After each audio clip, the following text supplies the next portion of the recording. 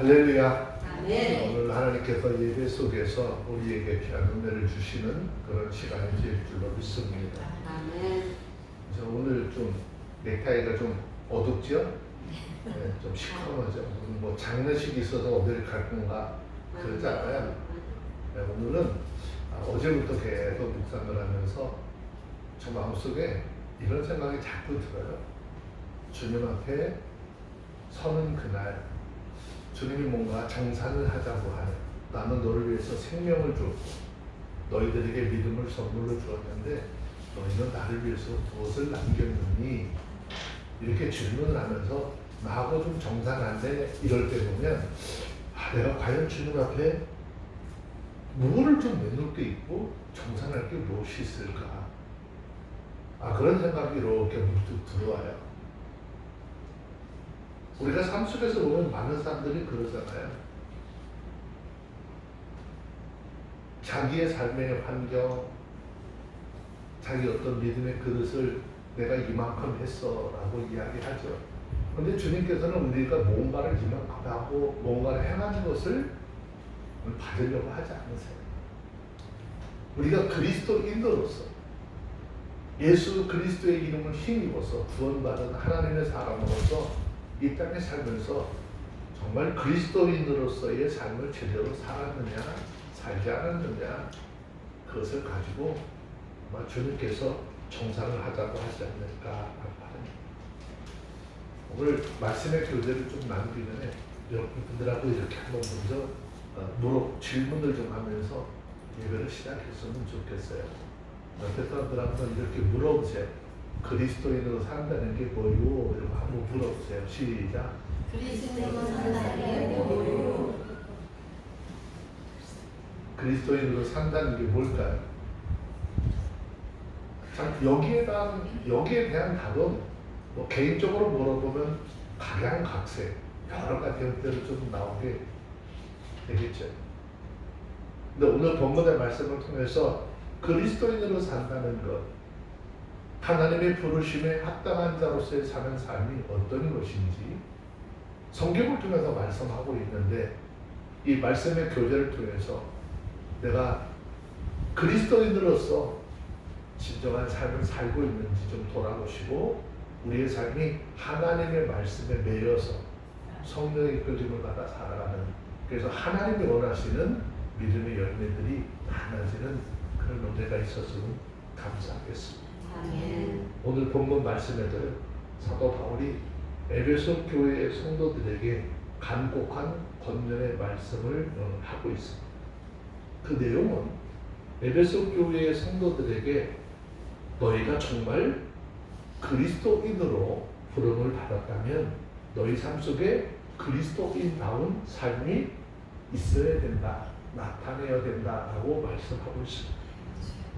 그렇다면 살아계신 하나님 앞에서 그리스도인의 삶이 어떤 삶이 되어야 하는가, 오늘 말씀을 살피면서 함께 은혜의 강에 같이 들어가는 그런 시간이 되기를 원합니다. 아멘. 하나님 앞에 부르심을 받은 그리스도인들 어떤 삶을 살아야 되느냐, 먼저 내 신분이 어떠한지를 먼저 스스로 생각해야 되는 것이죠.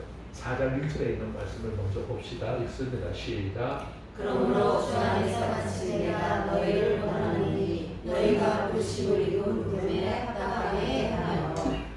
내가 그리스도인으로서의 합당한 삶을 살려고 한다면 제일 첫 번째 문제가 과연 내가 하나님 앞에 부르심을 받았는지에 대한 확신을 가지셔야 된다는 것. 여기서 말씀하고 있는 부르심이라고 하는 이 말씀은요, 하나님께서 예수 그리스도를 통해서 선포한 복음으로 우리를 부르셨어요. 그리고 그 부르심이 들렸을 때 우리는 그 부름에 응답하고 하나님의 사람이 되었다라는 것을 말씀하고 있습니다. 즉 예수님과 그 제자들을 통해서 선포된 말씀을 들었을 때 우리 안에 내주하고 계시는 성령이 감동을 주셔서 우리가 그 인도함을 받아 믿음의 사람들이 되었다는 것이죠. 여러분, 예수님 앞에 오는 것 아무나 누구든지 다 올 수 있을까요? 아무나 너무나 다 오는 게 아니에요. 그래서 이것을 확실하게 하기 위해서 예수님께서 요한복음 6장 37절에서 말씀하시잖아요. 아버지께서 내게 보내주시지 않으면 내게 올 자가 없다. 우리가 똑같이 많은 사람들을 통해서 주의 복음이 귀에 들려지지만 그것을 통해서 하나님께서 주신 믿음이라고 하는 선물을 받은 자만이 그 하나님의 말씀을 들을 때 믿어지고 깨달아지고 그래서 내 모습이 어떤 모습인지를 알고 주님 앞에 나오게 되는 것이죠. 예수 아무나 따르냐? 아무나 따르지 못해요. 예수님 요한복음 10장 3절에서도 말씀하실 내 양은 내 음성을 듣고 나를 따른다 그랬어요. 하나님은 구원하시기로 예정된 하나님의 사람들을 어떻게 부르시느냐? 기존에 있는 많은 사람들이 전해지는 복음을 통해서 듣게 하시는 것이죠. 그리고 오게 하시는 것이죠. 그리고 그 하나님의 택하심과 부르심에는 하나님이 후회가 없으시다라고 했어요. 이유는 뭘까요? 하나님은 실수가 없으신 하나님. 하늘나라 생명책에 기록된 하나님의 모든 백성들을 한 사람도 한 영혼도 누락자가 없도록 부르신다라는 것이죠. 하나님은 이처럼 부르신 그의 백성들을 어떻게 그 하나님의 손에서 빼앗을 자가 없다라고 말씀하셨습니다. 그리고 본문의 말씀에 보면 이렇게 하나님이 우리를 부르신 목적이 있다는 거예요. 하나님이 우리를 부르심에 대한 목적이 있는데 그 부르심의 목적은 하나님의 보시기에 합당한 믿음의 열매를 맺게 하려 하는 데 있다는 거예요. 내가 뭐를 얼마나 했느냐 그런 문제가 아니라 하나님 앞에 우리의 신앙적으로 믿음적으로 하나님이 원하시는 믿음의 열매를 얼마나 맺었느냐 또 그것을 맺어서 하나님 앞에 영광을 돌리도록 하는 데 있다는 것이죠. 하나님께서 처음 우리를 부르실 때 우리 행한 모든 죄에 대해서 물으셨을까요? 묻지 않으셨어요. 문제 삼지도 않아주셨어요. 그래서 부르심을 받은 이후에 말씀과 성령의 인도함을 받아 살면서 삶이 변해야 하는 것이고 우리의 생활에서 하나님이 원하시는 믿음의 열매들이 맺어져야 하는 것입니다. 많은 사람들이 은혜 받았다는 얘기를 하잖아요. 여러분 은혜 받은 것은 그냥 은혜 받은 것으로 나의 것을 자랑하는 게 아니에요. 은혜 받은 사람에게는 책임이 더 큰 거예요. 은혜 받은 사람은요 그 은혜 받은 자로서의 삶의 열매가 있어져야 하는 거예요. 아무리 내가 은혜를 많이 받았다고 하면서 말도 떠들고 큰 소리를 쳐도 하나님 안에서 믿음의 열매가 없으면 아무것도 아닌 거예요. 그래서 예수님께서 비유로 말씀하셨잖아요. 아니 그 사람이 어떤 사람인지 어떻게 알아요? 진정한 믿음의 사람인지 어떻게 알아요? 예수님께서 나무의 열매를 통해서 그 나무가 어떤 나무인지 알듯이 스스로 믿음의 사람이라고 하지만 그 사람의 믿음의 생활 속에서 어떤 열매를 맺고 있는지 그걸 통해서 나타나게 되어져 있다고 말씀하고 있는 거죠. 여러분 우리가 잘 깨달아야 할 것 하나는 예수님께서 그리스도 예수 안에 들어온 우리들에게 부르심에 합당한 자로 만들기 위해서요. 우리를 때때로 연단하세요.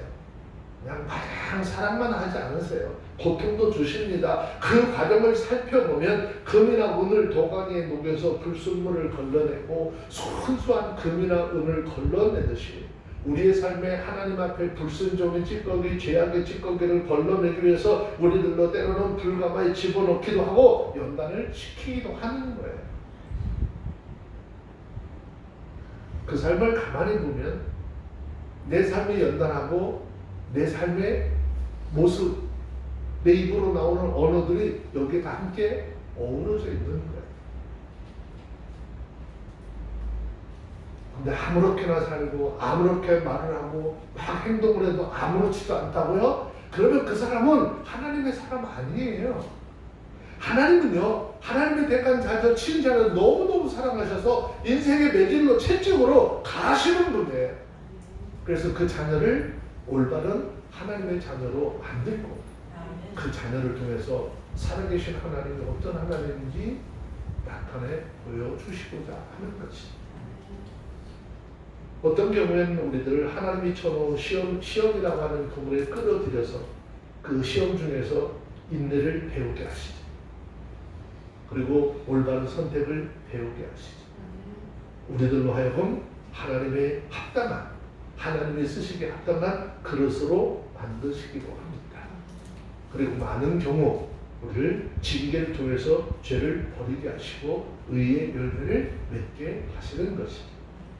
이러한 모든 과정을 통해서 우리가 새로운 변화를 이루어가게 되는 것인데, 예수 그리스도 안에서 그리스도인들의 그런 중생하는 영적 변화는 예수 그리스도를 진심으로 영접하는 그 시간에 이루어지지만, 거룩함과 의로움에 이르는 인격적인 변화는요 평생을 두고 변화의 과정을 겪게 되는 것이죠. 그러면 주님께서 우리에게 부르심을 입은 사람의 합당한 생활이 뭘까요? 2절에 있는 말씀 내려가서 봅니다. 2절입니다. 에베소서 4장 2절 시작. 모든 겸손과 온유하고 오래 참으로 사랑 가운데서 서로 용납하고. 2절에 있는 말씀은요, 1절에 사도 바울이 말씀을 한 부르심을 입은 부름에 합당하게 행하기 위해서 이러한 삶이 우선되어져야 한다라는 말씀을 하고 있는 겁니다. 사도 바울은 부르심에 합당한 사람의 삶, 그 덕목 가운데 가장 먼저 뭘 얘기하는 거죠? 겸손해야 한다는 것. 지금 사도 바울의 그 마음은요, 세상에 대한 관심이 없어요. 오직 교회 안에 있어요. 여러분, 교회는 어떤 곳일까요? 교회는 에베소서 2장 14절로 20절에 말씀하고 있는 것처럼 예수 그리스도의 십자가로서 하나님과 사람 사이, 그리고 사람과 사람 사이에 원수된 것을 소멸하시고 예수 그리스도를 믿는 믿음 안에서 전혀 새로운 한 몸으로 지으신 것이 교회라는 것입니다. 그런데 이렇게 세워진 교회가 왜 분열하고 왜 다툼이 생겨나죠? 모두가 자기 자신을 높이려고 하고 나 스스로가 높아지려고 하는 욕망 때문에 그런 것이죠. 우리는 이 사건을 성경을 통해서 잘 볼 수 있어요. 예수님께서 3년 동안 목회하시면서 세우신 공동체를 한번 좀 보시자고요. 그 공동체의 구성은 소위 말하는 제자들이었어요. 예수님으로부터 직접 말씀의 가르침을 받고 하나님의 은혜에 이끌림 받아 산 사람들이죠. 어떤 의미에서 본다면 이제까지 이 세상에 존재한 공동체 중에서 가장 위대하고 가장 아름다운 공동체라고 이야기할 수 있습니다. 그런데 이러한 그들이 예수님께서 공생의 말미에 그들이 예수님 앞에 보여준 모습들을 돌아보시라고요. 마태복음 10장 24절 이하의 말씀에 보면 예수님께서 지금 십자가의 죽음으로써 모든 구속 사역을 완성하시기 위해서 예루살렘으로 올라가시는 결정적인 시기였어요. 근데 그 시기에 보면은요, 제자들 사이에 큰 분쟁이 일어났어요. 분열과 다툼이 일어났어요. 이유가 뭘까요? 서로 높은 자리를 차지하려고 한 이유 때문이죠. 여러분, 인류 최초의 인간, 왜 하나님으로부터 버림을 받았을까요? 하나님으로부터 피조된 피조물의 존재, 위치를 잊어버리고 하나님과 같이 높아지려고 했기 때문에 하나님과 인간 사이에 장벽이 생기기 시작했다는 사실을 우리는 창세기 3장 5절 말씀을 통해서 깨달아야 하는 것입니다. 세상을 살다 보면 다툼과 분열은 원인은 언제나 동일한 것이에요. 그것은 고물상에 우리 인생들이 버려진 태풍과 같은 인생들이 정말 자기 주제를 몰라요. 그래서 그 안에서 내가 제일 되려고 하는 마음이 실현되니까 부딪힘의 소리가 클 수밖에 없는 거죠. 나는 하나님의 은혜로 하나님의 사람이 되었다는 것을 안다면 하나님의 은혜 가운데 머물러서 그분이 나를 어떻게 쓰든지 그저 감사하고 그저 기뻐하면 되는 것이에요. 그런데 그렇잖아요. 나만 귀한 그릇이 되도록 해달라는 거예요. 여러분, 이런 마음이, 이런 생각이 있는 그 어디 가든지 다툼과 분열은 피할 길이 없는 것이죠. 그래서 하나님께서 미가 선지자를 통해서 미가서 6장 8절에 보면 이렇게 말씀하셨는데, 성경 한 구절을 볼까요? 구약 성경 미라고 써 있는 미가서 6장 8절에 있는 말씀 한번 보겠습니다.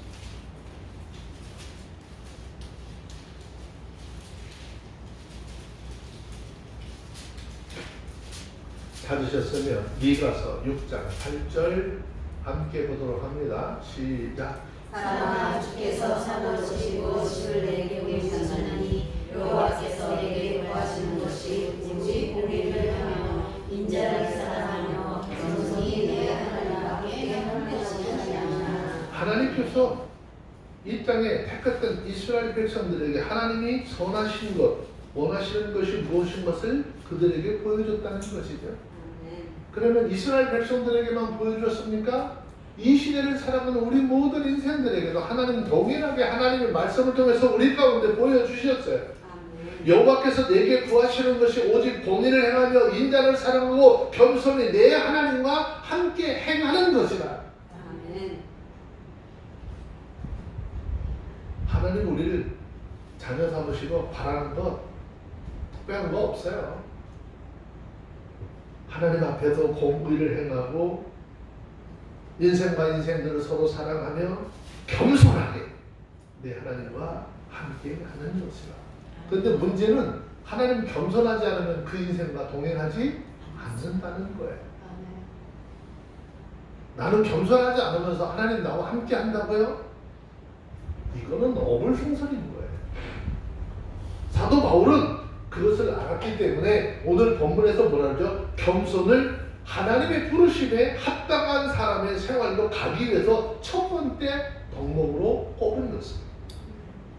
그러면 우리는 이 말씀을 통해서 우리가 분명히 알아야 할 것, 그리스도의 삶이 어때야 하느냐라고 하는 것입니다. 많은 사람들이 나도 교회를 다니는 사람이다라고 말할 수는 있겠죠. 그러나 교회를 다니는 사람이라고 해서 모두가 다 진정한 그리스도인이 되느냐? 다 그리스도인이 되는 것 아니라는 것입니다. 진정한 그리스도인이 되는 것, 그렇게 교회를 다니면서 예배를 통해서 선포되는 하나님의 말씀과 성령의 인도함을 받아서 믿음이라고 하는 그 은혜의 문을 통과해서 어디까지 도달해야 되느냐? 겸손이라고 하는 자리에 도달하게 될 때까지 진정한 그리스도인이 아니라는 것입니다. 오늘 우리가 세상을 살면서 지금 내가 앉아있는 자리가 겸손이라고 하는 그 자리까지 와 있는지 돌아보는 시간이 되어지기를 주의 이름으로 축원합니다. 그래서 우리가 알고 있는 어거스틴이라고 하는 사람, 그리스도인의 덕목에 대해서 첫 번째도 겸손이요, 두 번째도 겸손이, 셋째도 겸손이라는 말을 했습니다. 예수님께서도 말씀하시잖아요. 이건 사람의 말이라 할지라도 예수님께서 마태복음 12장 29절에서 말씀하시잖아요. 죄의 멍에 율법의 멍에를 짊어지고 힘들던 그들에게 예수님께서 또 하나의 멍에를 짊어지시라네. 마태복음 11장 29절 시작. 나는 마음이 온유하고 겸손하니 나의 멍에를 메고 내게 배우라. 그러면 너희 마음이 힘을 얻으리니. 네, 지금 뭘 배우라는 거죠? 온유하고 겸손한 마음을 배우라는 거예요. 온유하고 겸손한 마음을 가지면 우리 마음이 뭘 어떻게 한다고요? 힘을 얻는다는 거죠. 우리 말에 그런 거 있잖아요. 제가 잘 쓰는 말인데 그러려니 그러면 마음이 되게 편안해요. 그런데 이 그러려니가 조금 지나다 보면 아니 그래도 그렇지 이렇게 뒤에서 뭔가를 하나를 다 가리고 와요. 그럼 그 안에서 날마다 어떻게 해요? 시끄러워져요. 여러분, 우리의 구원자 되시는 예수님 어떤 분이시죠? 빌립보서 2장 3절로 8절까지 말씀해 보시면 예수님은 근본 하나님과 같은 본체시라고 하셨잖아요.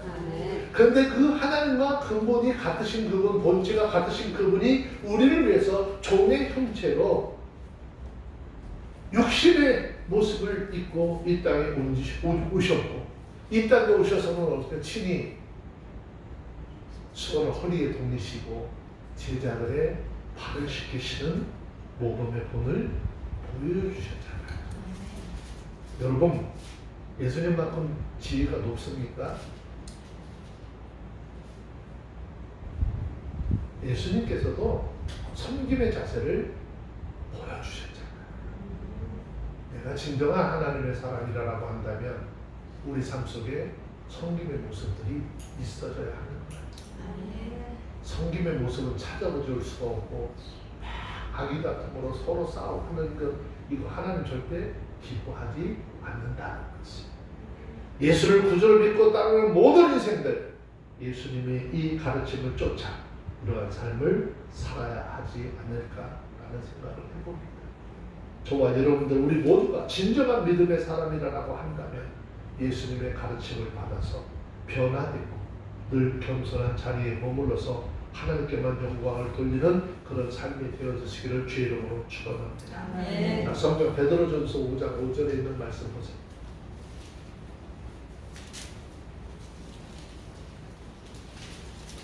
왜 하나님께서 우리에게 계속 성경을 들어서 겸손하라는 것을 이야기하죠? 누구를 위해서가 아니잖아. 자, 베드로전서 5장 5절 한번 읽습니다. 시작. 젊은 자들아, 이와 같이 장로들에게 순복하고 다 서로 겸손으로 허리를 동이라. 하나님이 교만한 자를 대적하시되 겸손한 자들에게는 은혜를 주시느니라. 하나님께서 우리 인생들에게 겸손하도록 자꾸 말씀하시는 것은 누구를 위해서가 아니라 우리 스스로를 위해서인 거예요. 우리 스스로가 하나님의 말씀에 순종하고 겸손한 자의 자리에 들면 하나님은 그 사람에게 은혜를 주시기 위한 것입니다. 또 한 가지 부르심에 합당한 삶은 뭘까요? 2절 하반절에 보니까 부르심을 입은 합당한 삶은 생활을 위해서 뭐죠? 오래 참음과 용납할 것이다 라고 하는 말씀을 하죠. 자, 유대 우리가 잘 알고 있어요. 우리 유대의 랍비 중에 요셉 벤 한이라고 하는 사람이 있었어요. 자, 이 사람은 말하기를 자기 이웃에게 용서를 구하되 3번이 넘어서는 안 된다라고 가르쳤어요. 그러니까 무슨 얘기를 하면 이웃에게 옆에 있는 사람에게 자기가 많은 잘못을 했는데 3번 이상 내가 잘못했으니까 어떻게 용서해줘 소리를 3번 이상 나오게 하지 말라는 거예요. 우리나라는 뭐 있어요? 3세번? 3세번? 그죠? 이 문화가 기독교적인 문화였었다라고 하는 것들이 이제 밝혀지고 있는 부분들이 있죠. 또 한 사람이 있어요. 요셉인 이후다라고 하는 사람이 있는데 이 사람도 사람이 한 번 과실을 범하면 용서가 된대요. 2번 과실을 범하면 용서가 된대요. 3번 과실을 범해도 용서가 된대요. 그런데 4번째는 용서가 되지 않는다라고 이야기했어요. 자, 이러한 배경이 있었기 때문에 마태복음 18장 21절에서 베드로가 예수님 앞에 그렇게 물은 거예요. 예수님, 우리 주님의 형제가 내게 죄를 범하면 몇 번이나 용서해 줘야 되죠? 7번이면 족하지 않아요? 지금 무슨 얘기 하는 거야? 유대 율법사들도 3번이면 족하다고 그랬는데, 야, 예수님이 우리 가운데 오신 이 새로운 나라, 유대교의 새로운 공동체보다 우월한 이 기독교가 왔으니까 몇 번 정도?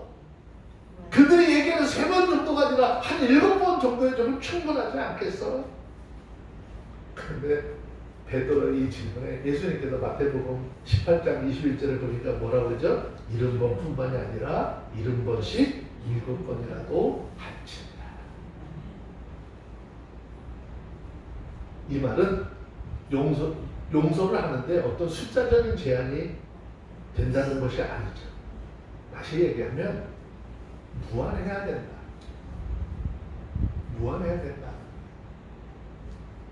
그런데 또 이 말하면 오해를 하는 사람들이 있어요. 자, 우리가 기억하지 않으면 안 되는 아주 중요한 사실이 하나 있어요. 이것은 바로 마태복음 18장의 말씀이나 오늘 본문 속에서 말씀하고 있는 이 말씀은 모두 개인에게 준 것이 아니라 교회라고 하는 그곳에 주신 꼭 교회에 필요한 말씀이다 하는 것입니다.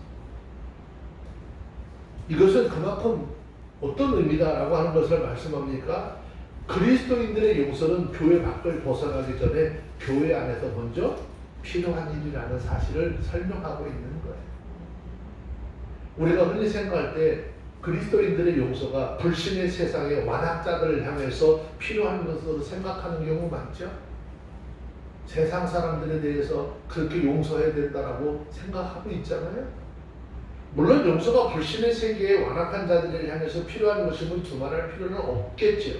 하지만 그 이전에 교회 안에서 더 절실하게 요긴하게 필요하다는 것입니다. 그 이유는 바로 그 교회는 결코 완전한 의인들의 모임이 아니기 때문입니다. 교회는 거룩하기는 하지만 결코 완벽한 자들이 모인 것은 아니라는 것입니다. 오히려 어떻게 보면 그 반대일 수도 있습니다. 다시 말해서 반대로 생각을 해도 좋을 만큼 교회 안에는 실수도 많고 허물도 많고 수시로 잘못을 행하는 사람들이 많은데 그것을 성도라고 하는 이름을 가진 사람들, 그리스도인이라고 이름을 가진 사람들이라 하는 것입니다.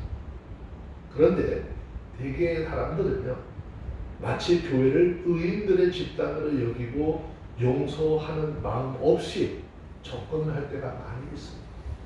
그래서 누가 한번 실수라도 해보면 어떻게 해요? 성도일수록 용서할 줄을 모르는 거지.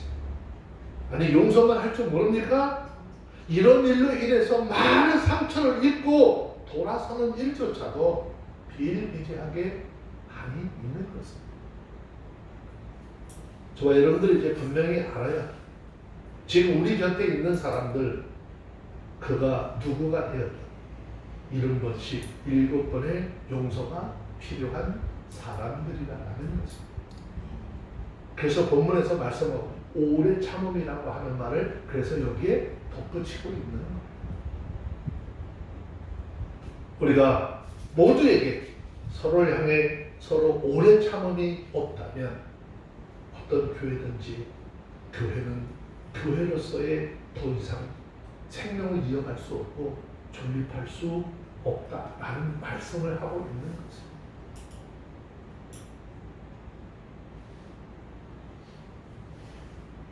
하지만 사도 바울은 이러한 설명만으로는 교회 안의 용서에 관한 논쟁에 만족할 수가 없었습니다.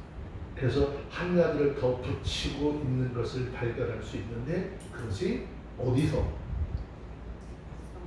사랑 안에서라고 하는 말. 70번씩 7번 용서를 해도 반드시 어디 안에서? 사랑 안에서 해야 된다라는 거예요. 자, 골로새서 3장 13절 말씀을 좀 보실까요?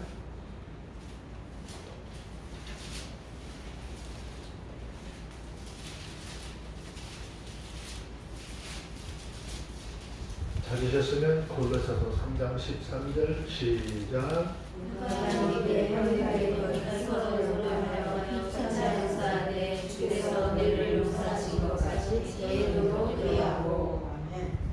이유는 뭘까요? 사랑 없이 하는 용서는 지속될 수 없다는 거죠. 반드시 얼마 못 가서 인간적인 그런 감정으로 폭발하도록 되어져 있습니다.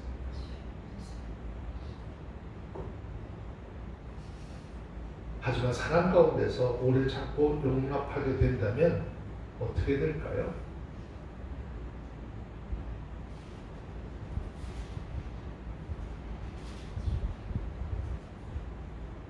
사랑 가운데 오래 참고 용납을 하면 결코 억지로 마지못해서 참는 법이 없습니다.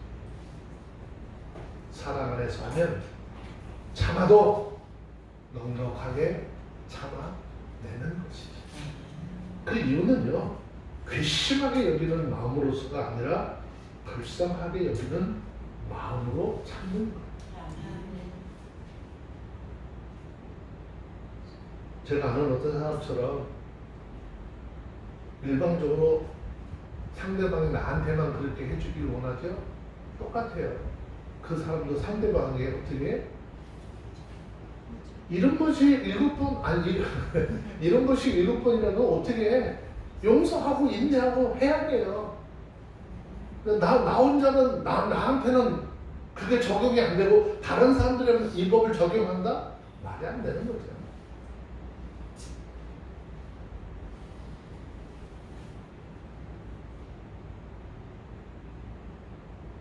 성령의 열매에 대한 얘기 많이 하잖아요. 따로따로 안 해요. 내가 사랑하기 때문에 참는 거예요. 사랑하기 때문에 견뎌주는 거예요. 사랑 때문에 미움 대신 불쌍히 여기는 마음이 너희 가운데 있느냐 라고 말씀합니다. 믿음 안에서 교회라고 하는 공동체 안에서 이 마음이 없는 한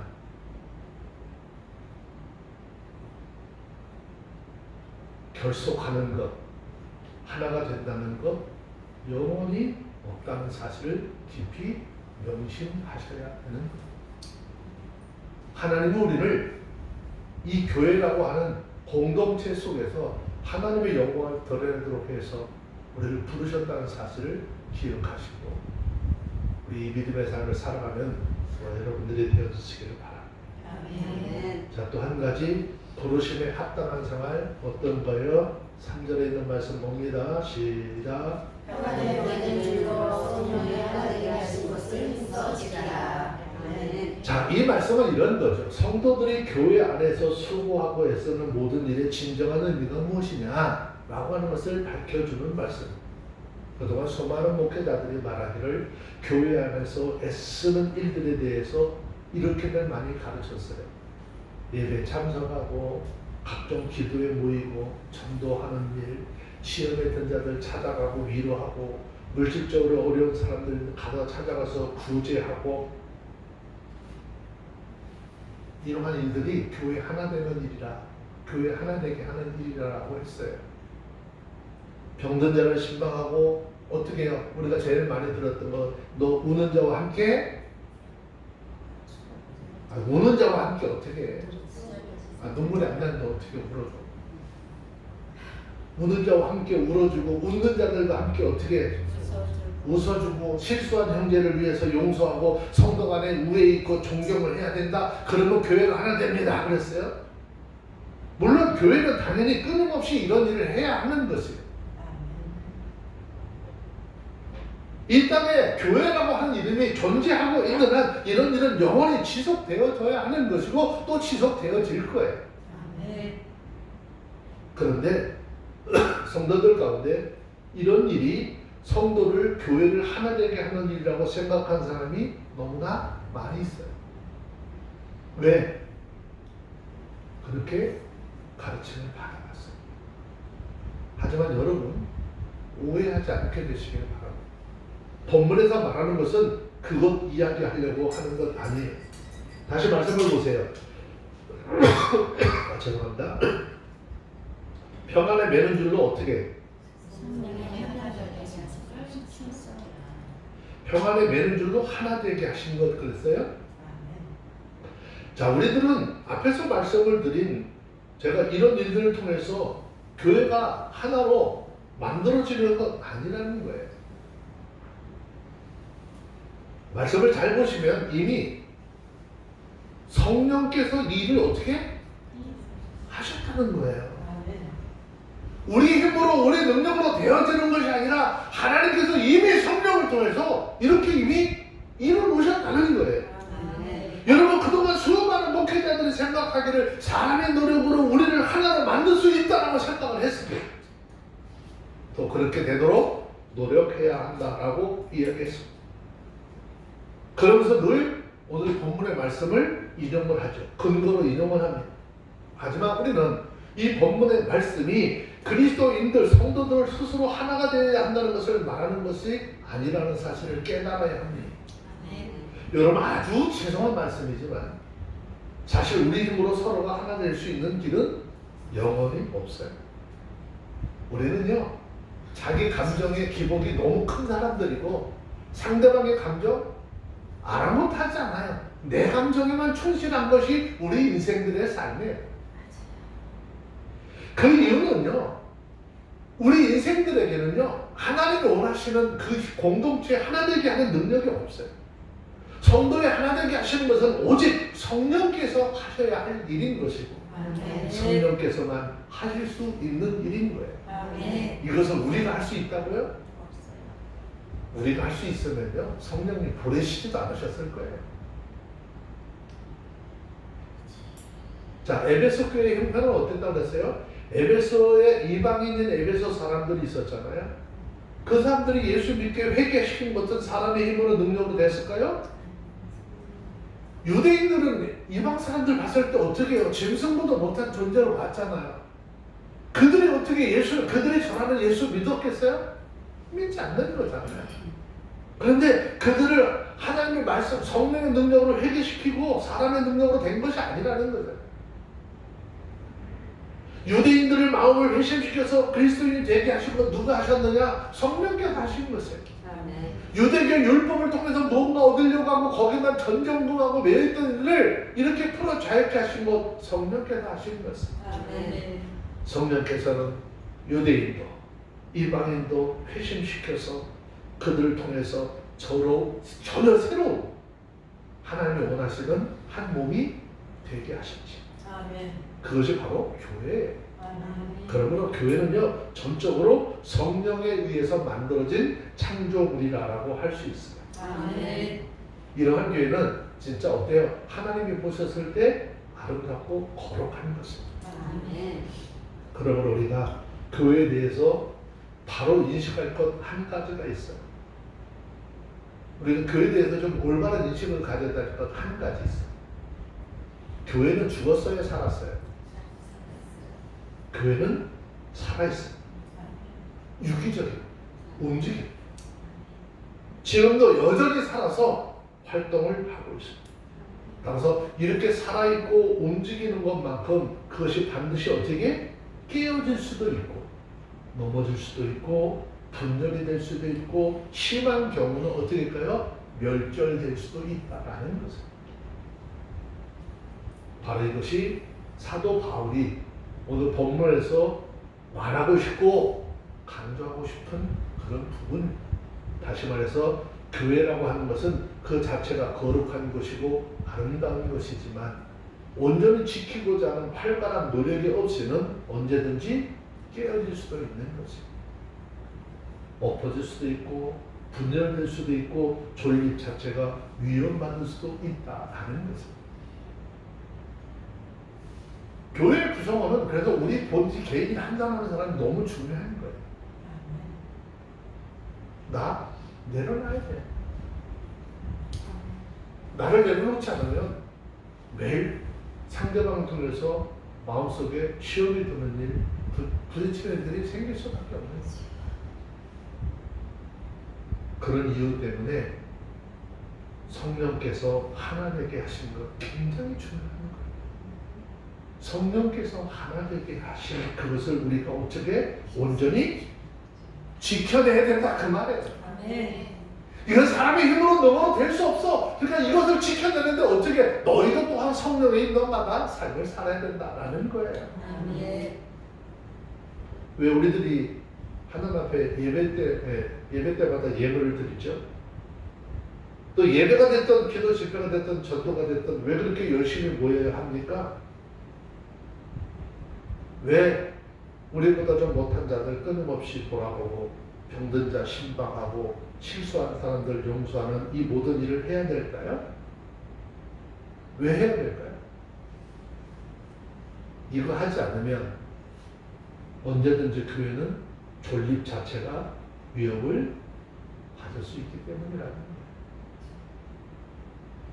한번 보실래요? 자, 히브리서 10장 23절, 24절, 25절.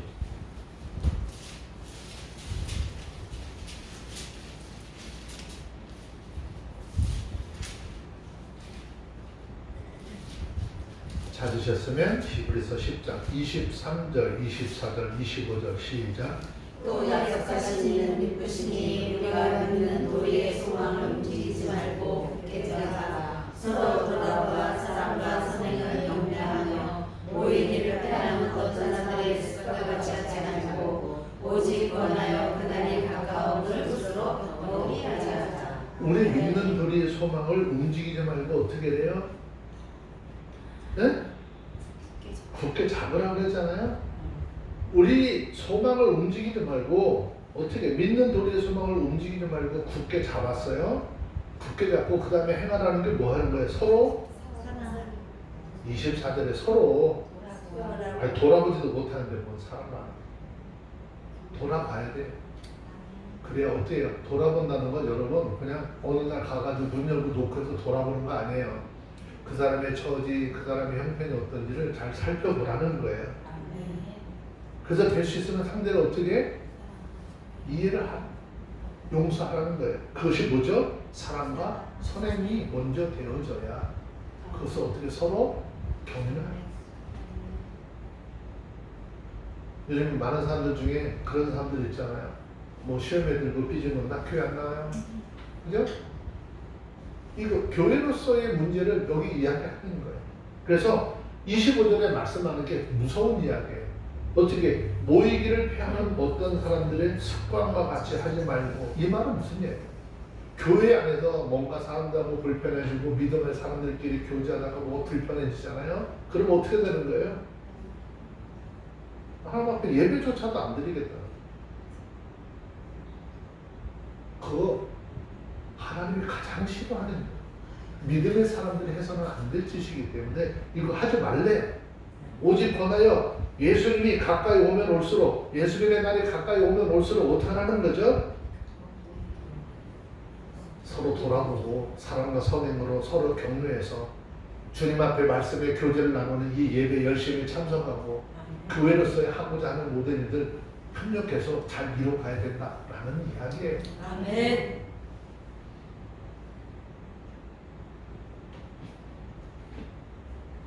여러분 인도에 있던 그 사람 이름이 지금 생각이 안 나는데 손톱이 무지하게 길었던 사람이 있었죠.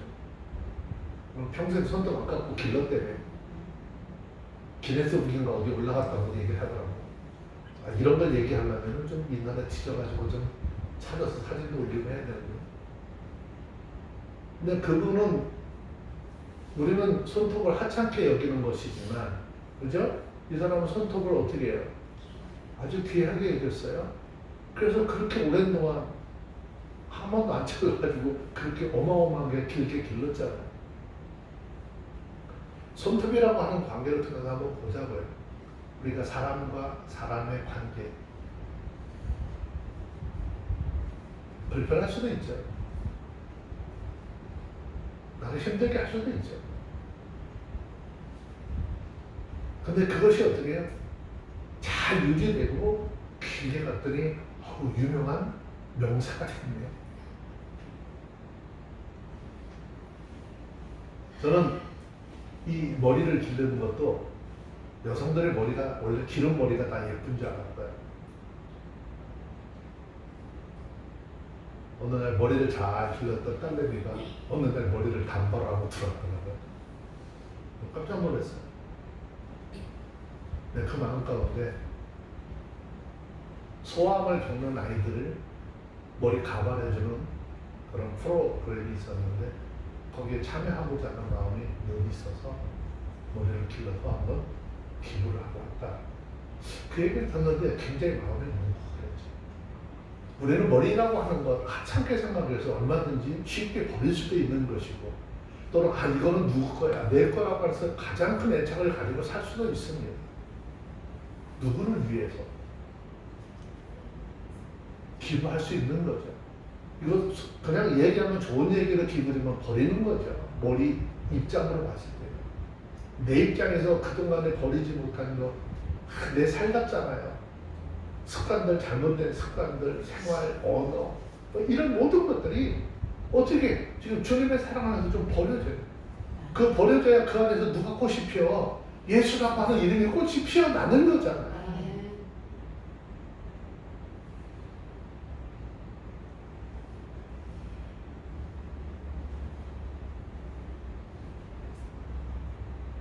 여러분 우리가 믿음 안에서 해야 할 일, 지극히 작은 일, 어떻게 보면 지극히 하찮게 보이는 일들을 하지 않을 때 교회는 언제든지 그와 같은 위기에 직면하게 된다는 거예요. 오해하지 마세요. 또 교회 얘기하니까 이런 건물교회 얘기하는 거 아니에요. 여러분 스스로 우리 개인, 이 육신의 교회인 이 교회는 그렇게 무너질 수 있다는 거예요. 예수 안에서 하나님의 말씀으로 우리 신앙, 우리의 믿음을 세워가고 그 주님의 은혜 가운데 내 삶을 늘 머무를 수 있도록 해야 하는 거예요. 누구 위해서 하는 거 아닙니다. 내 영혼, 나를 성전 삼아 와 계신 그 주님이 우리를 주님 앞에 온전한 교회로 세우기를 원하는 그 삶.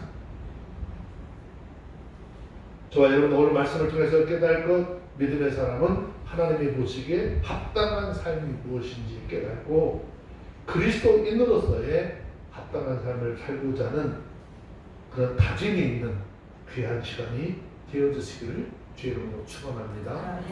오늘은 여기까지 말씀을 드리고요. 다음 시간에 이어서 말씀의 교제를 나누도록 하겠습니다. 기도하겠습니다. 걸어가신 하나님, 하나님의 은혜로 이 한 시간도 우리 모두를 부르셨고 주님의 말씀에 우리 모습들을 돌아볼 수 있도록 하시니 감사합니다. 하나님, 어쩌면 우리는 그렇게 내 모습들이 크고 내 생각이 크고 나만 보였는지를 돌아보게 하시고 이제는 주님께서 우리를 위해서 말씀하셨던 것처럼 서로 사랑과 선행으로 격려하게 하시고 나를 내려놓게 하시고 상대방을 나보다 귀하게 여기는 믿음의 역사가 있게 하여 주시옵소서. 그래서 그 삶을 통해서 여호와 하나님이 나타나게 하시고 보여지는 역사만 있게 하옵소서. 우리 주 예수님의 이름으로 기도합니다. 아멘.